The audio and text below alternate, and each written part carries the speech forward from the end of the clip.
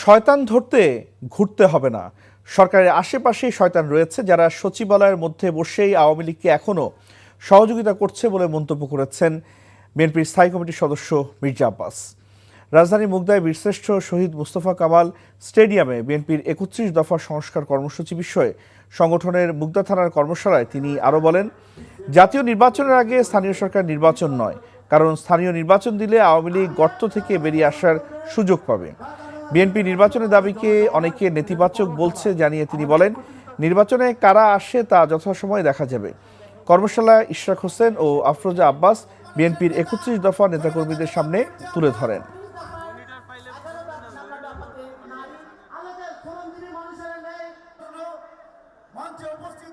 আওয়ামী লীগ গর্তের মধ্যে মাথা ঢুকেই আছে। এখন সুযোগ পেলেই তারা ছবল দেবে।